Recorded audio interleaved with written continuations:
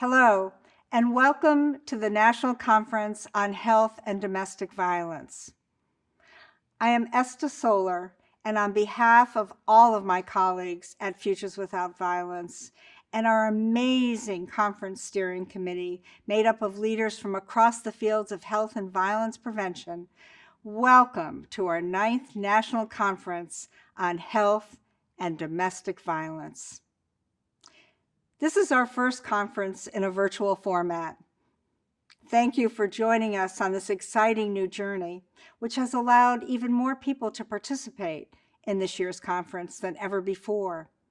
We do love innovation at Futures, but I would have preferred to be in the room with you in person rather than speaking to you from this screen. But don't worry. This virtual space will provide the thought-provoking and cutting-edge discussions and learnings, movement building, and professional and personal connection you have all come to expect from this biannual gathering. The last year has underscored the importance of connection and support we provide each other. And our healthcare and other frontline workers, many of you in this virtual room with us today, have been making the greatest sacrifices to keep us all safe. And I know I speak for everyone here when I offer my deepest thank you and gratitude for all that you do.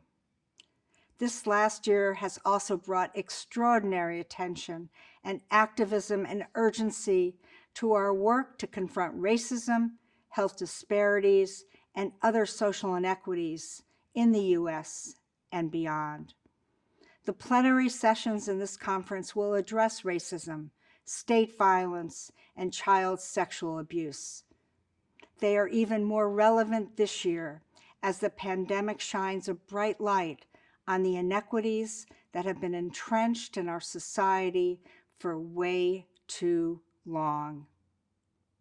We have always been proud of this conference. It is one of the country's largest conferences on violence against women and children. It holds a unique space in these essential conversations, bringing the health world together with advocates and activists, cutting-edge researchers, and academics.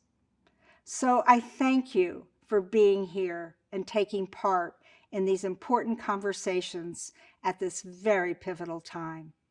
And thank you to our funders and our partners in the work to promote health and public health solutions and prevention to violence. And thank you to the Family Violence Prevention and Services Program for supporting this work for so many decades, and our other sponsors of today's conference, the Blue Shield of California Foundation and the Allstate Foundation.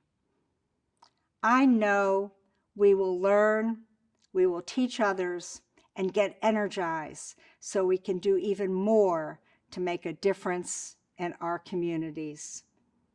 So from the bottom of my heart, thank you for joining us.